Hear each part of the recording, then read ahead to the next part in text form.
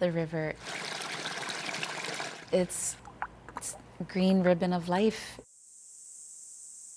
We have so many endemic species that are found nowhere else in the world other than this stretch of the river. There are egrets and herons and kingfishers. Life is only possible here because of water. It's been here for thousands of years. It's part of our culture. It's part of who we are. It's part of our story. And it has to be protected. RGISC is a 30-year-old environmental nonprofit organization based in Laredo, Texas. What we seek to do is to protect and preserve the environment and our natural resources for present and future generations. It is largely our only environmental conscience for our community. That cares about a river that can't speak for itself. Es nuestra voz del pueblo. It's not a political entity, it's not a specific charity that has a very narrow focus. It's focused on the community that hosts it.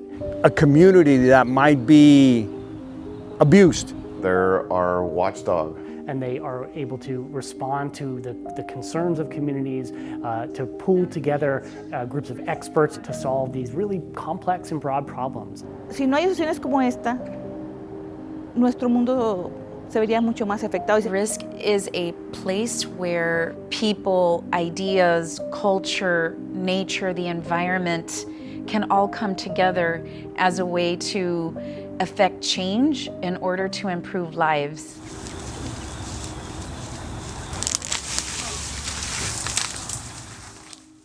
We do this work through data, research, policy, outdoor programming, awareness campaigns, and grassroots organizing. An organization like RGISC plays an incredibly important role in ensuring that we all have clean air. Making sure that businesses and organizations are held accountable for the things that they do to our environment. They involve the neighborhoods, the people in the neighborhoods. Awareness and education is absolutely critical. Education was always an integral part of the work that RGISC does desde un principio. That's one of my favorite parts, younger kids getting involved. You know, the RGISC has, no pun intended, evolved, right? Evolved from a small little grassroots organization to where they are internationally known for the work and efforts that they've been doing here. I think RGISC has always been this trendsetter and going after groundbreaking work and initiatives that aren't always so easy. And if you start driving environmental change, you attract the attention of major organizations around the country. The work that RGISC does is an incredible testament to how local organizations can have an outsized impact in directing our nation's environmental laws. Real movement and power and action happens. I had a discussion with a colleague about RGISC, and he had mentioned they're really ruffling a lot of feathers, and I'm like, yeah, they're actually doing a good job. You push those right buttons and you ask the right questions, people get uncomfortable, and you're doing exactly what you should be doing. Without them, I don't know where we would be. For the rest of our lives, this last summer was the coldest summer you'll experience. That's where we are with climate. We are really starting to feel the pressures of climate change, and we're not as prepared as we should be. All of South Texas faces increasing heat, issues with water supply and security. The entire American Southwest faces semi-arid regions turning into deserts. Con la globalización ya no va a ser tan valioso quién tiene oro, quién tiene petróleo, sino quién tiene agua. ¿Quién tiene agua? Los lugares que están conservados, que tienen oxígeno, que tienen agua, van a ser lo más valioso, porque lo más valioso para el ser humano es la vida. Y el agua es fundamental para nuestra vida. Our endemic and native species run the risk of being extirpated altogether. I mean, we're currently talking about the Rio Grande going dry. Without the river, there's no Laredo. And the question is, how do we stave off the worst impacts of that and put ourselves in a position where Laredo can remain a vibrant, healthy town, even though it's 130 degrees Fahrenheit out. And don't kid yourself, that's in the not too distant future. This is where RGISC has really become a critical player in shaping Laredo's future. Collectively, as a community, we have to think about that before our ecological story is erased from our current history. So the border wall, I believe, was really a key moment for this organization that transformed it. On February 15, 2019, then President Trump issued a declaration of a national emergency for the entire southern border. It also did not reflect our lived day-to-day reality and how we interacted with the river. Immediately, that first Saturday, we assembled a group of people and started to meet.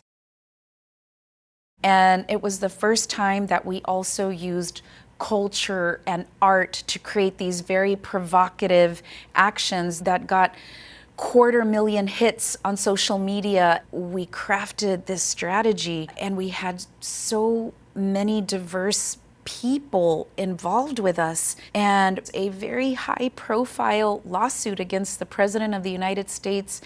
It propelled RGISC from being this sort of obscure local nonprofit into one that had a national profile. Or just this small town on the border. It really gave us a lot of confidence that we needed, not just as an organization, but I think as a community.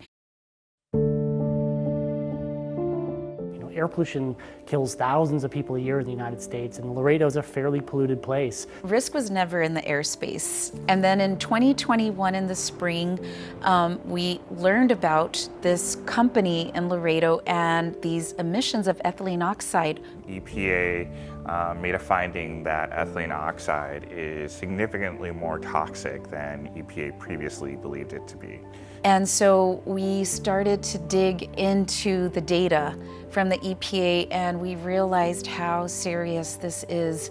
The extremely high volume of emissions by this one company was placing Laredo at the highest levels of cancer risk in the United States. That was shocking. RGISC took the incredibly brave step of suing EPA. They were successful and were able to get a regulation that likely going to save thousands of lives. We need to make sure that companies like this are held accountable and that the business practices change. Our projection with international trade is that we're going to continue to increase the amount of border crossings. So the amount of wait time at the bridge should be longer. And those trucks are idling. They're burning about 1.5 gallons of fuel per hour. So the pollution is going to increase. You don't want to find out 2, 3 years, 4 years from now that you're going to have to limit the hours the bridge is going to be open because of the amount of pollution. But a year ago, we had a meeting with Tricia and other members of the community to explore the possibility of utilizing electric vehicles. We as business owners, we always are always looking for the bottom line, right? For profit. But seeing the numbers, we see that there is a good return on investment. If we're going to continue to be the #1 land port in the world, it's very important for us to take green measures to be able to be sustainable. We need to make it part of the economic plan of Laredo. We received a $2 million grant from the federal government to do restoration work along the river at Las Palmas Nature Trail. When we got this, we realized we're not working with that neighborhood of Azteca. It's one of the first neighborhoods in Laredo. I've been here a resident in the neighborhood for a long time, most of my life. Sometimes it doesn't get a lot of the resources to support. In the Laredo Climate cohort, we have 10 college students, including myself from the high school. We have seen in some of the workshops where we examined that the water quality that's next to the Zacate Creek is very dirty. The concern says all the pollution that we have. They don't have a lot of shade, or sometimes the houses, because of the heat, have been deteriorating. If you walk along the river, you're gonna see a lot of trash. You don't have a view to the river. We worked to involve this neighborhood so that they could have ownership of it, but to also start building that civic muscle. My name is Mariana Salinas and I am the president of Zacate Creek Green District Coalition. You have to have those voices. What we're trying to do now is make sure we give residents and people in these neighborhoods an opportunity to learn, to give their ideas, and to help move this vision forward. I live in San Francisco area. I've lived here 56 years, 6 generations, and growing up by the river was awesome. We have so many scenic places along the river that we want more and more people to be able to experience. Our new generations have been so limited because we're not allowed to go by the river anymore, and I wish we could have that. It's why one of our big projects is to see the creation of this 6.2-mile binational riverfront initiative. Imagine, I could picture it already. I could picture like a place where they can go and relax, read a book. Our younger generations on the trailway, by the river, beautiful plants, beautiful beautification of the river. And the kids just at the same time, they're enjoying the outdoors, enjoying our river. That's what I want to see. This must be the place where we invest in so that it can thrive ecologically, socially, culturally, economically in a sustainable way. And this is very possible. We just have to dream and not take no for an answer.